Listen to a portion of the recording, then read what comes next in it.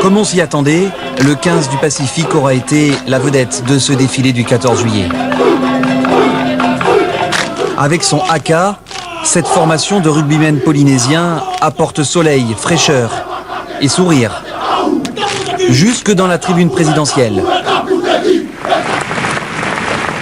Avant de participer à la traditionnelle marseillaise.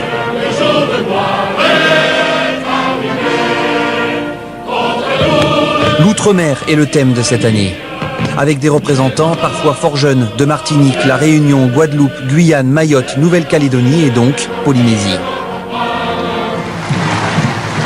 Pour le reste, le cérémonial est respecté. Revue présidentielle des troupes avec la grande escorte à cheval de la garde républicaine, toujours aussi spectaculaire.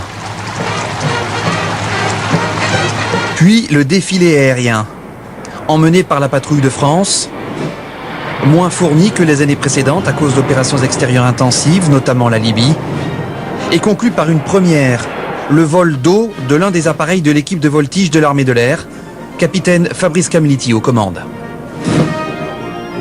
Suivent les troupes à pied, plus de 5000 hommes et femmes qui répètent depuis des semaines. En tête, les unités du service militaire adapté des DOM-TOM et les forces de souveraineté, puis les écoles, avec les incontournables Polytechniques, et Saint-Cyr, creuset des chefs de l'armée française, dont l'uniforme et le célèbre shako surmonté du casoar n'ont pas changé depuis la fin du 19e siècle. Les passages suivants marquent l'hommage aux troupes en opération, dont l'engagement et le sacrifice ont été rappelés hier avec la mort de 5 soldats français et de leur interprète en Afghanistan. 2e régiment d'infanterie de marine et 7e bataillon de chasseurs alpins, entre autres. Beaucoup plus confidentiel, la dissuasion nucléaire avec l'équipage d'un sous-marin lanceur d'engins de la Marine nationale, le Téméraire. Ou les commandos parachutistes de l'air, grimés puisque la loi et la logique interdisent de révéler leur identité. La Légion étrangère et son célèbre corps des pionniers au tablier de buffle n'ont pas cette obligation. Systématiquement célébrés par le public, ils font partie des formations auxquelles le gouverneur militaire a demandé de chanter tout en défilant.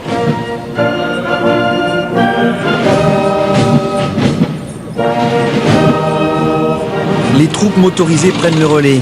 Parmi elles, le 1er régiment d'hélicoptères de combat qui vient de s'illustrer pendant la crise en Côte d'Ivoire. VBL, VBCI, Leclerc, l'habituel arsenal est présent sur les Champs-Élysées, avec derrière lui les véhicules de la brigade des sapeurs-pompiers de Paris. Une brigade qui fête son bicentenaire en 2011 et qui, le temps de laisser passer les hélicoptères, eux aussi mis à contribution sur tous les théâtres, se réserve l'animation de clôture. Le clou du défilé, avec une mise en scène haute en couleurs et surprenante pour un 14.